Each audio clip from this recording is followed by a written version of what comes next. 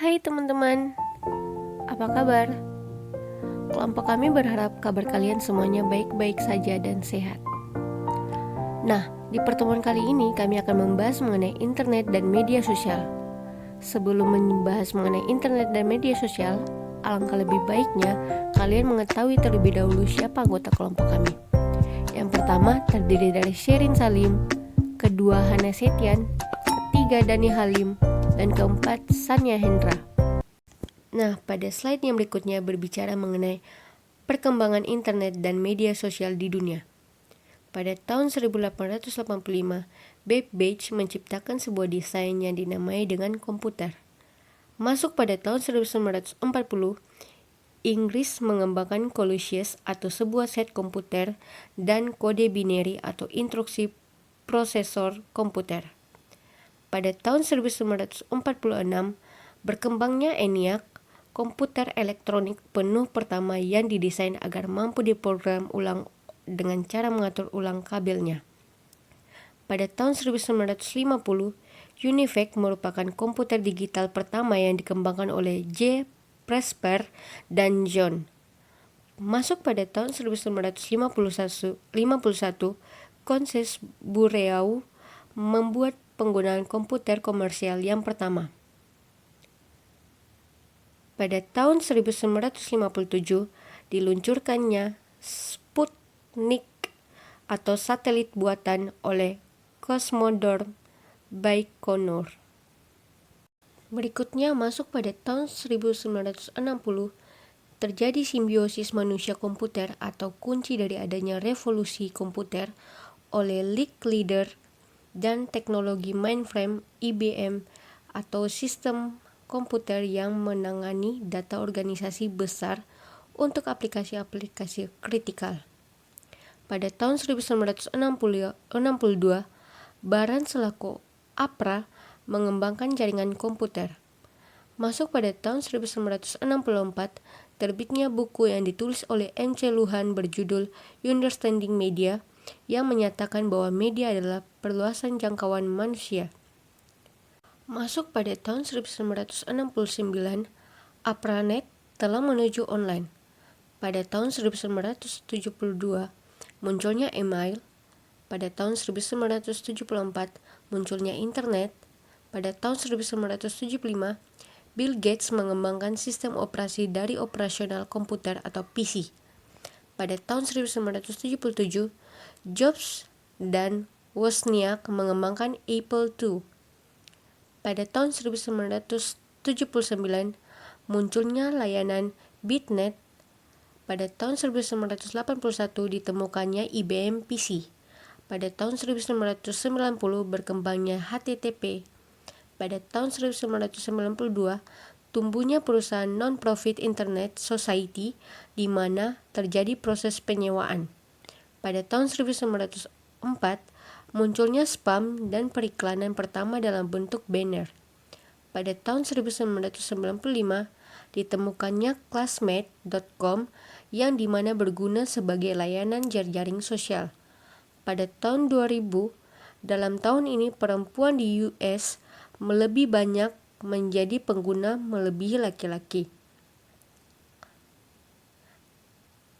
Pada tahun 2004, munculnya sosial media yaitu Facebook. Pada tahun 2006, munculnya Twitter.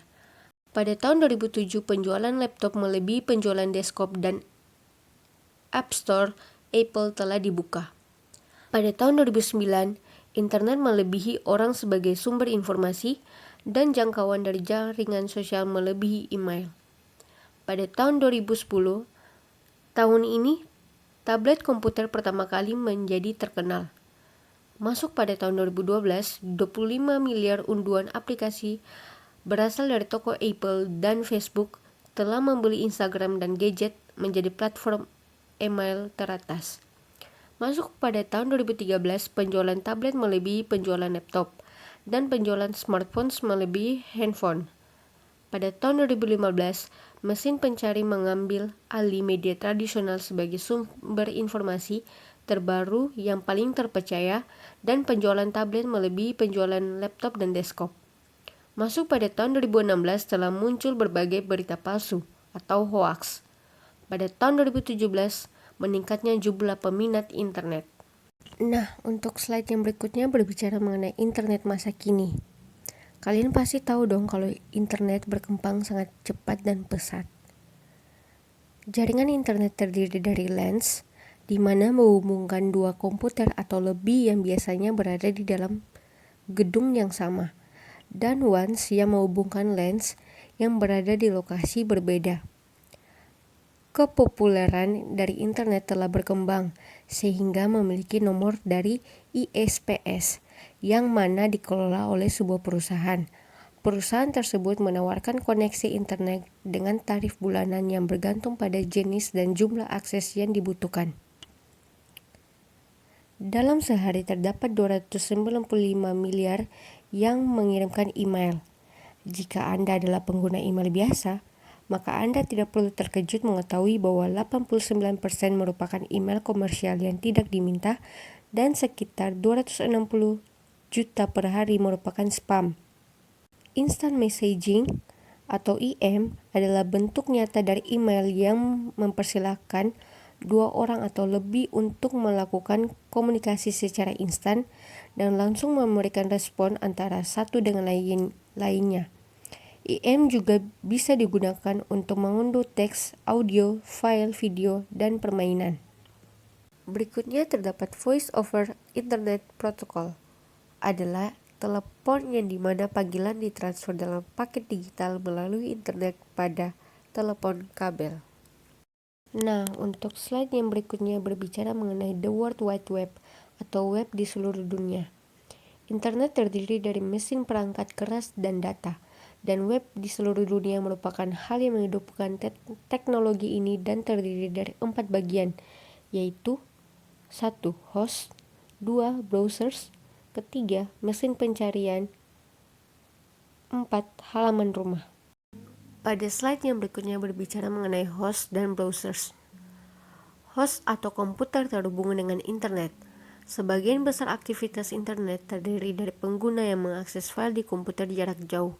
Untuk mencapai file-file ini, pengguna harus terlebih dahulu mendapatkan akses ke internet melalui host atau yang sering disebut dengan server.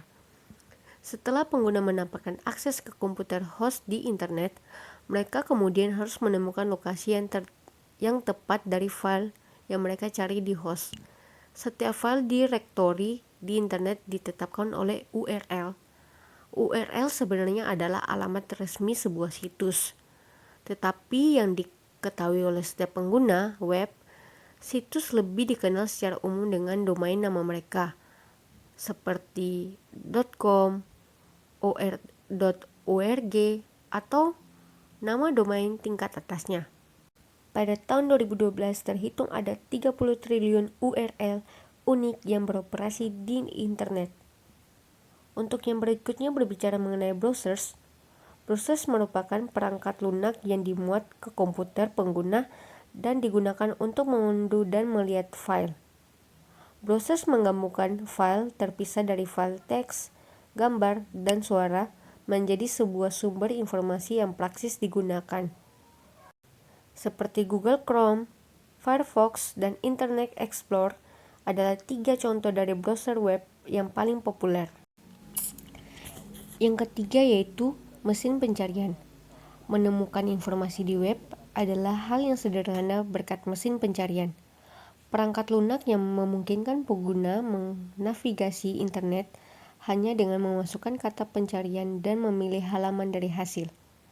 Axe dan Bing merupakan contoh dari mesin pencarian yang terkenal, namun yang paling sering digunakan dan populer dengan persentase 65% dari semua pencarian di seluruh dunia atau 3,5 miliar pencarian sehari-hari adalah Google, yang menampilkan hasilnya dengan teknologi yang menggunakan kecerdasan kolektif dari web itu sendiri. Hal pencarian disajikan dan diberikan peringkat berdasarkan pada seberapa sering suatu situs diakses oleh orang lain. Untuk yang berikutnya yaitu homepage atau halaman rumah. Begitu pengguna mencapai web yang dituju, mereka disambut oleh halaman beranda pintu masuk ke situs itu sendiri. Tidak hanya berisi informasi yang ingin diketahui oleh para pembuat situs, tetapi juga memberikan hyperlink ke dalam materi dalam situs tersebut. Slide selanjutnya yaitu adalah smartphone atau ponsel pintar. Smartphone ini penerapannya seperti yang kita tahu sekarang yaitu iPhone, Android, Xiaomi, Oppo, dan lain sebagainya. Itu dapat dikatakan sebagai smartphone.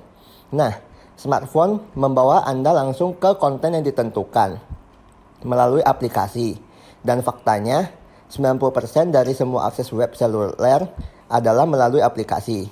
Dan saat ini, pengguna membeli lebih banyak ponsel pintar atau smartphone daripada ponsel biasa. Dan smartphone kini telah menjadi platform yang paling sering digunakan untuk mengirim dan menerima email. Kenapa? Karena smartphone ini gampang dibawa, lalu ukurannya nggak terlalu besar, dan sangat fleksibel. Dan bahkan pada tahun 2014, perangkat seluler menyumbang lebih dari setengah dari semua penggunaan internet Amerika, yaitu sebesar 60%. Yang dimana ini merupakan pertama kalinya terjadi di dunia. Kemudian slide selanjutnya yaitu sosial media. Tentu saja banyak penggunaan ponsel yang dikhususkan untuk media sosial, di mana email dulunya merupakan penggunaan internet yang paling umum dan paling cepat berkembang, telah dilampaui oleh situs jejaring sosial pada 2009. Yaitu ada 3. Yang pertama Instagram. Sekarang Instagram memiliki lebih dari 89 juta pengguna di Amerika dan 600 juta di seluruh dunia.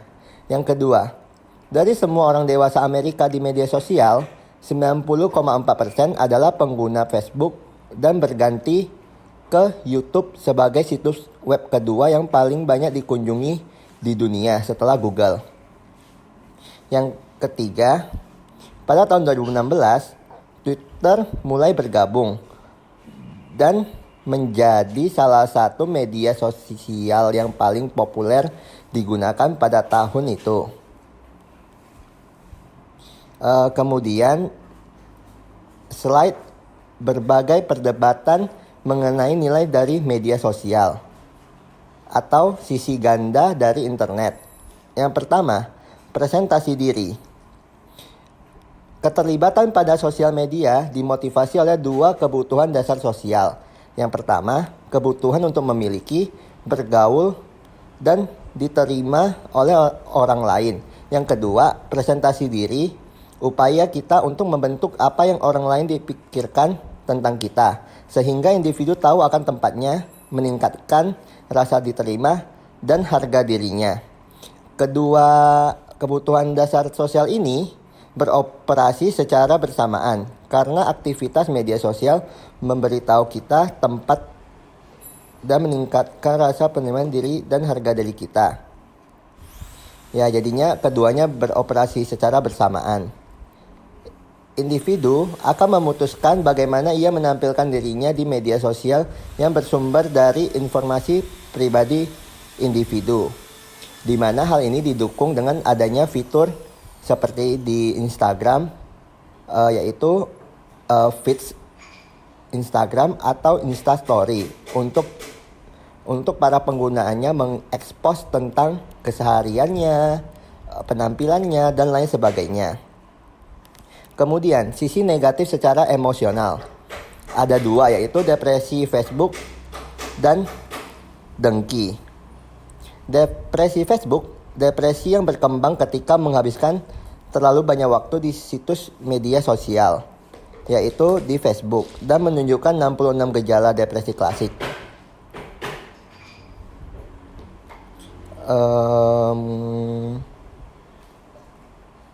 Kemudian intensitas dunia online dianggap sebagai faktor yang dapat memicu depresi pada beberapa remaja. Perbedaan antara emosi yang diharapkan dan yang sebenarnya dihasilkan oleh aktivitas Facebook dapat menghasilkan penurunan suasana hati pengguna setelah menggunakan situs jejaring sosial. Contohnya itu seperti di Korea Selatan yang paling terkenal. Seperti yang kita tahu, banyak artis Korea Selatan yang melakukan bunuh diri diakibatkan komentar-komentar di media sosial mereka. Yang kedua, dengki atau iri hati, yang disebabkan karena individu terkadang kesal dengan kebahagiaan yang orang lain tunjukkan di media sosial. Slide selanjutnya, sisi negatif lainnya yaitu isolasi sosial. Orang di dalam media sosial terhubung secara online tetapi terputus dalam kehidupan nyata. Yang pertama, semakin besar proporsi interaksi tatap muka, semakin sedikit merasa kesepian, dan sebaliknya, semakin besar proporsi interaksi online akan lebih merasa kesepian. Sekarang kita akan membahas mengenai internet, media sosial, dan penggunaannya. Orang yang mengakses media disebut sebagai audiens. Seorang audiens dapat kapan saja dan pada waktu yang bersamaan membaca, mengakses, dan membuat sebuah konten online. Email, sosial media, dan ruang obrolan atau chat adalah contoh dari penggunaan media online sebagai audiens dan pencipta. Perkiraan terbaik saat ini menunjukkan bahwa terdapat sekitar 3,7 miliar pengguna di seluruh dunia, yaitu 51% dari populasi bumi, dan peningkatan 918% dari tahun 2000. Demografi internet juga mengalami perubahan yang signifikan dalam beberapa tahun terakhir. Misalnya, pada tahun 1996, 62% pengguna internet di Amerika Serikat adalah pria. Namun, pada tahun 2000, wanita menjadi gender mayoritas pengguna internet untuk pertama kalinya. Saat ini, wanita dari segala umur menggunakan internet lebih banyak daripada pria. Dan semakin muda seseorang, maka akan semakin besar kemungkinannya bahwa ia memiliki akses ke internet. Selanjutnya mengenai perubahan dalam proses komunikasi massa. Internet berbeda dari media massa konvensional. Di internet, seorang individu dapat berkomunikasi dengan audiens sebanyak yang dapat dilakukan oleh perusahaan multinasional raksasa yang memproduksi program televisi jaringan. Umpan balik dalam komunikasi massa secara tradisional digambarkan sebagai inferensial dan tertunda, tetapi umpan balik online sering dan secara langsung. Umpan balik ini lebih mirip dengan umpan balik dalam komunikasi interpersonal daripada umpan balik dalam komunikasi massa. Redefinisi yang diinduksi oleh internet ini dari unsur-unsur proses komunikasi massa adalah memfokuskan kembali perhatian pada isu-isu seperti kebebasan berekspresi, privasi, tanggung jawab. Selanjutnya kita akan membahas mengenai rekonseptualisasi kehidupan di dunia yang saling terhubung. Yang pertama yaitu mengenai internet dan kebebasan berekspresi. Sesuai sifatnya, internet dan media sosial mengangkat sejumlah masalah penting kebebasan berekspresi. Bagi pendukung kebebasan berekspresi, kebebasan dari kendali ini adalah kekuatan utama dari media. Anonimitas penggunanya memberikan kebebasan berekspresi, bahkan perlindungan yang paling radikal, profan, dan vulgar. Memberikan suara kepada mereka yang seharusnya dibungkam. Tetapi menurut pendukung penguatan kontrol internet, anonimitas ini adalah tempat berkembang biaknya penyalahgunaan. Masalah kebebasan berekspresi di internet kemudian dikategorikan menjadi dua, yaitu yang pertama mengenai potensi internet dan media sosial untuk menjadikan kebebasan bagi lebih banyak orang, dan yang kedua mengenai masalah menetapkan batas kontrol. Yang kedua mengenai kebebasan pers untuk siapa. Internet mengubah setiap pengguna menjadi komunikator massa yang potensial. Dengan aksesnya yang sangat cepat, luas jangkauannya, mudah digunakan, dan sempurna untuk aktivisme di semua tingkat dari lokal hingga global. Ada banyak aktivisme online yang terinspirasi secara individual. Salah satu upaya aktivisme baru adalah sanktivisme. Sanktivisme ini adalah istilah yang digunakan untuk merendahkan atau mengkritik sebuah masalah atau isu sosial dengan bentuk persetujuan. Web memberikan dua manfaat penting kepada sanktivis. Yang pertama yaitu mengurangi biaya untuk membuat, mengatur, dan berpartisipasi dalam protes. Dan yang kedua menghapus perlunya aktivis untuk secara fisik bersama bertindak secara kolektif. Blog juga telah menjadi bagian penting dari percakapan, budaya, dan politik. Blog juga bisa menjadi lebih gesit daripada media tradisional, karena internet telah melampaui surat kabar sebagai berita utama orang Amerika. Dan pada tahun 2015, mesin pencari, terutama Google, mengambil alih media tradisional sebagai cara paling dipercaya orang Amerika untuk menemukan berita. Yang ketiga mengenai mengontrol ekspresi internet. Internet dan media sosial tidak membedakan mana yang benar dan yang salah, bias dan objektif, sepele dan penting. Setelah informasi yang salah dilepaskan secara online, hampir tidak mungkin untuk menangkap dan memperbaikinya. kebohongan yang didukung oleh internet dapat memiliki efek di dunia nyata yang jauh lebih merusak. Namun saat ini sudah ada hukum yang mengontrolnya, yaitu dalam bentuk Undang-Undang Pencemaran Nama Baik, penuntutan atas penipuan, dan di Indonesia telah berlaku UU ITE untuk mengatasinya. Yang keempat, mengenai pornografi di internet. Sebagian besar upaya pengendalian internet ditunjukkan untuk konten web yang tidak senonoh atau porno. Pandangan anak-anak terhadap materi yang eksplisit secara seksual di televisi kabel atau streaming dapat secara teoritis dikendalikan oleh orang tua. Solusinya yaitu dengan menggunakan teknologi perangkat lunak pemfilteran seperti NetNanny, yang dapat diatur untuk memblokir akses ke situs web berdasarkan judul dan dengan kehadiran kata atau gambar tertentu. Yang kelima yaitu mengenai hak cipta atau kepemilikan kekayaan intelektual. Perlindungan hak cipta dirancang untuk memastikan bahwa mereka yang membuat konten mendapat kompensasi finansial untuk pekerjaan mereka. Namun di dunia maya, segalanya menjadi sedikit lebih kompleks. Secara teknis, aturan hak cipta berlaku untuk internet seperti halnya media lain. Materi di internet adalah milik penulis, jadi penggunanya selain untuk penggunaan wajar, memerlukan izin dan kemungkinan pembayaran. Tetapi karena materi di internet tidak berwujud, materi itu mudah, bebas, dan dapat disalin secara pribadi. Oleh karena itu, Amerika menciptakan WIPO atau World Intellectual Property Organization, yaitu organisasi yang mengatur tentang hukum dan kekayaan intelektual dan berlaku secara internasional pada tahun 1998 melalui Digital Millennium Copyright Act yang dikeluarkan Kongres Amerika Serikat yang berkantor pusat di Geneva, Swiss. Yang keenam yaitu mengenai pribadi dan privasi. Masalah privasi dalam komunikasi massa berkaitan dengan hak-hak individu untuk melindungi privasi mereka dari media yang invasif dan mengganggu. Misalnya, haruskah surat kabar menerbitkan nama-nama korban pemerkosaan dan pelanggaran remaja? Privasi adalah hak untuk dibiarkan sendiri. Privasi sama artinya dengan hak untuk mempertahankan kendali atas data diri sendiri. Privasi di dunia internet memiliki dua sisi. Yang pertama, melindungi privasi komunikasi yang ingin dijaga tetap pribadi, dan yang kedua, penggunaan dan penyalahgunaan informasi pribadi yang secara sukarela diberikan secara online. Selanjutnya mengenai melindungi privasi dalam komunikasi. Undang-Undang Privasi Komunikasi Elektronik 1986 menjamin privasi email, yaitu merupakan pelanggaran pidana apabila secara sengaja mengakses tanpa otorisasi fasilitas layanan komunikasi elektronik yang disediakan, atau sengaja melebihi otorisasi untuk mengakses fasilitas itu. Selain itu, undang-undang melarang penyediaan layanan komunikasi elektronik untuk dengan sengaja membocorkan konten komunikasi elektronik yang tersimpan. Tujuan undang-undang ini adalah untuk melindungi warga negara dari penyalahgunaan resmi. Jika lembaga pemerintah ingin mendengarkan, ia harus mendapat izin, sama seperti ia harus mendapatkan perintah pengadilan untuk menyadap telepon.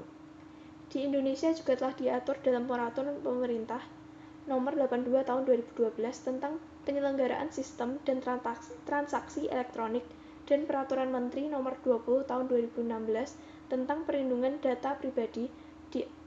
Di aturan itu dinyatakan data pribadi adalah data perorangan tertentu yang disimpan, dirawat, dan dijaga kebenarannya, serta dilindungi kerahasiaannya. Melindungi privasi informasi pribadi. Setiap tindakan daring akan meninggalkan jejak digital yang memungkinkan pengawasan data lebih mudah, sehingga siapapun yang ingin mengetahui sesuatu tentang seseorang dapat dengan mudah membeli informasi yang diperlukan tanpa izin atau bahkan pengetahuan orang tersebut, yang mana kita sebut sebagai pelanggaran privasi. Data-data ini kemudian dapat digunakan untuk lebih jauh menyerang privasi orang atau untuk kepentingan lainnya. Akibatnya, 45% pengguna internet di Amerika Serikat mengatakan masalah privasi dan keamanan telah menghentikan mereka untuk terlibat dalam kegiatan internet rutin seperti posting di sosial media, mengekspresikan pendapat, dan membeli secara online, dan 86% telah mengambil langkah online untuk menghapus atau menutupi jejak digital mereka. Industri internet dan pemerintah federal di Amerika telah merespon masalah ini dengan mengeluarkan Undang-Undang Privasi Konsumen pada tahun 2012. Sayangnya, para kritikus masih berpendapat bahwa undang-undang ini dianggap tidak cukup untuk melindungi privasi individu.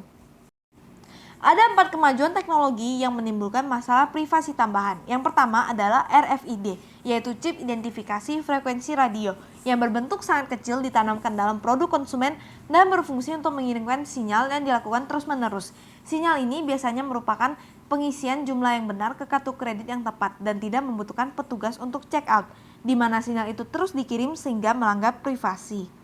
Kemajuan yang kedua adalah augmented reality yang muncul pada tahun 2009 yang memungkinkan pengguna untuk mengarahkan smartphone di dunia nyata yang ditautkan ke ratusan situs web yang berisi informasi tentang itu. Hal-hal itu ditumpangkan di atas gambar layar. Dengan kata lain, semua yang ada internet dapat ditautkan. Kemudian yang ketiga adalah cloud, penyimpanan data dan informasi.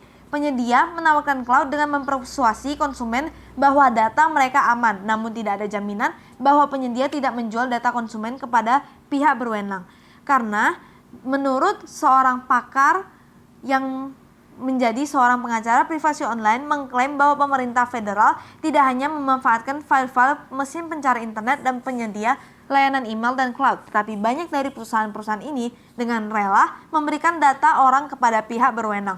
Pakar privasi mengatakan tidak ada cara untuk sepenuhnya memastikan data Anda akan tetap aman setelah Anda memindahkannya ke cloud.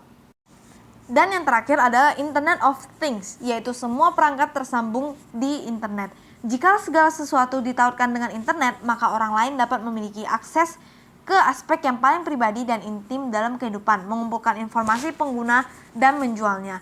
Hal ini didorong dengan adanya bukti bahwa pada tahun 2017 jumlah perangkat IoT atau Internet of Things melampaui jumlah orang yang hidup di bumi. Sebagian ekspansi didorong oleh biayanya yang rendah, sekitar $1 per perangkat. Jika segala sesuatu yang konsumen ada di internet dapat ditautkan dalam IoT, berarti orang lain akan memiliki akses ke susunan yang lebih besar dan lebih intim. Hal inilah yang menyebabkan privasi kita dapat dilanggar. Demokrasi virtual apa bisa? Sisi lain dari perkembangan internet. Oh ya teman-teman, untuk demokrasi virtual kalian bisa cek di Instagram kita ya. Jadi meskipun saat ini internet sudah berkembang dengan sangat luas dan menjadi salah satu unsur penting di kehidupan manusia, masih terdapat beberapa kekurangan dari adanya teknologi ini. Yang pertama adalah kesenjangan teknologi. Prinsip penting demokrasi adalah satu orang satu suara. Tetapi jika demokrasi semakin dipraktikkan secara online, mereka yang tidak memiliki teknologi dan keterampilan yang diperlukan akan ditolak hak suaranya. Inilah kesenjangan teknologi, yaitu kesenjangan yang semakin lebar antara teknologi komunikasi yang dimiliki dan tidak dimiliki. Demokratisasi internet masih memihak mereka yang memiliki uang untuk membeli peralatan yang dibutuhkan untuk mengakses internet, serta membayar untuk koneksi itu, di mana tingkat penggunaan tertinggal bagi mereka yang kurang berpendidikan, orang-orang cacat, mereka yang berpenghasilan rendah, orang-orang di daerah pedesaan, dan orang lanjut usia yang kurang makmur dengan cacat. Kesenjangan teknologi memberi penghalang kedua bagi demokrasi virtual dan menyebabkan adanya kesenjangan informasi. Mereka yang tidak memiliki teknologi yang diperlukan akan mengurangi akses ke informasi yang disediakannya. Dengan kata lain, mereka akan menderita dari bentuk sensor yang diberlakukan secara teknologi. Kritik terhadap kesenjangan informasi merujuk pada contoh-contoh yang mengganggu dari kegagalan media lain untuk menyampaikan informasi penting kepada semua warga negara. Jika kesenjangan teknologi menciptakan kesenjangan informasi yang bahkan lebih luas, demokrasi pasti akan menderita dengan apa yang ilmuwan sosial sebut sebagai kesenjangan pengetahuan. Meningkatnya perbedaan dalam pengetahuan, aktivitas sipil, dan kebutaan huruf antara informasi yang benar dan salah serta kurangnya informasi. Solusi, cara terbaik untuk menjembatani kesenjangan teknologi, informasi, dan pengetahuan adalah dengan menutup kesenjangan digital, sebuah upaya yang telah mengambil minat beberapa perusahaan swasta dan publik. Di Amerika, terdapat beberapa perusahaan yang memberikan program untuk mengatasi kesenjangan ini, seperti FCC yang menyediakan program e-rate dan Link NYC yang memberi pengunjung layanan WiFi gratis. Selain memberi keadilan mendasar dalam memberikan akses informasi yang setara kepada semua orang, upaya ini didorong oleh bukti bahwa ada manfaat finansial yang pasti bagi kota dan wilayah yang menyediakan adanya akses broadband ini. Saat ini di Indonesia masih mengalami kesulitan untuk mengatasi kesenjangan ini, terutama dari pusat ke daerah. Pemerintah saat ini menggunakan 5 kunci sukses untuk menghadapinya. Yang pertama, menempatkan teknologi informasi sebagai pilar bangsa. Yang kedua, menjadikan teknologi sebagai penghasil devisa baru. Yang ketiga, teknologi sebagai penyerap tenaga kerja. Yang keempat, menjadi alat mencerdaskan bangsa. Dan yang kelima, alat demokrasi untuk menjaga NKRI. Target dari upaya ini adalah mewujudkan masyarakat Indonesia yang informatif, yakni yang peduli terhadap informasi, sehingga masyarakat tidak akan mudah untuk diprovokasi. Mereka akan menjadi lebih rasional dan tidak salah dalam memahami segala sesuatu. Salah satunya misalnya isu terorisme. Declaration of Internet Freedom atau Deklarasi Kebebasan Internet. Hal ini dibutuhkan untuk mengembangkan keterampilan literasi media. Mengingat pentingnya internet untuk hampir semua aspek usaha manusia, banyak orang yang percaya bahwa internet seharusnya diperlakukan sebagai hak asasi dasar manusia. Deklarasi ini telah diterjemahkan dalam 72 bahasa dan diposting di web www.internetdeclaration.org.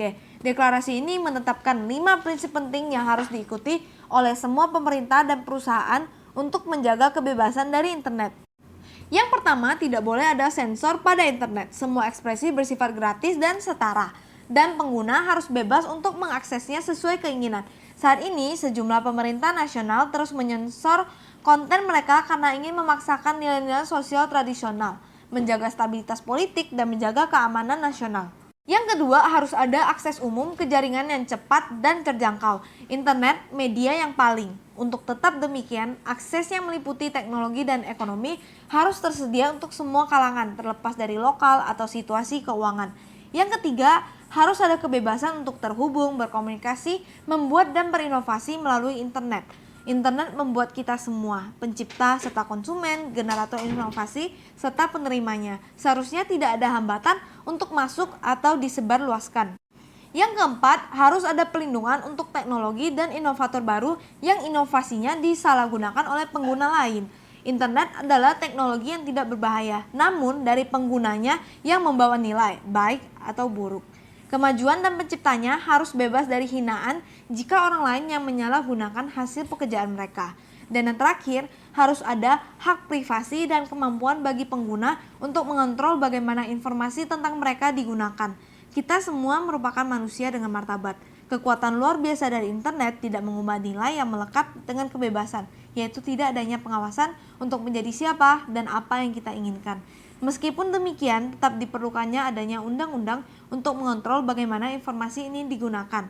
Di 84% negara di dunia, undang-undang yang mencegah pengawasan online massal masih lemah atau hampir tidak ada. Ketika internet, World Wide Web, dan media sosial semakin menjadi kebutuhan dan bahkan keperluan yang menopang kehidupan, pengguna literasi media ini tentu memiliki kewajiban untuk melakukan lebih dari sekedar mengetahui dan mendukung deklarasi ini, yaitu kita harus membuat pernyataan niat kita sendiri untuk memanfaatkan kebebasan daring kita sebaik-baiknya. Dengan demikian, internet, World Wide Web, dan media sosial tidak hanya menjadi salah satu teknologi yang paling berpengaruh dalam aspek kehidupan manusia, namun juga teknologi yang memberikan banyak manfaat untuk kehidupan kita. Oke guys, sekian presentasi dari kami. Terima kasih telah menonton sampai akhir. Stay safe ya teman-teman, manfaatkan internet dan media sosial sebaik-baiknya. Dan luangkan waktu untuk bersosialisasi secara langsung juga ya. Pertanyaannya bisa dikirimkan di grup WA. Dan jangan lupa teman-teman yang humanis ya. Dah teman-teman, salam sayang dari Sherin, Hana, Dani, dan Sania. See you on next video. Dah.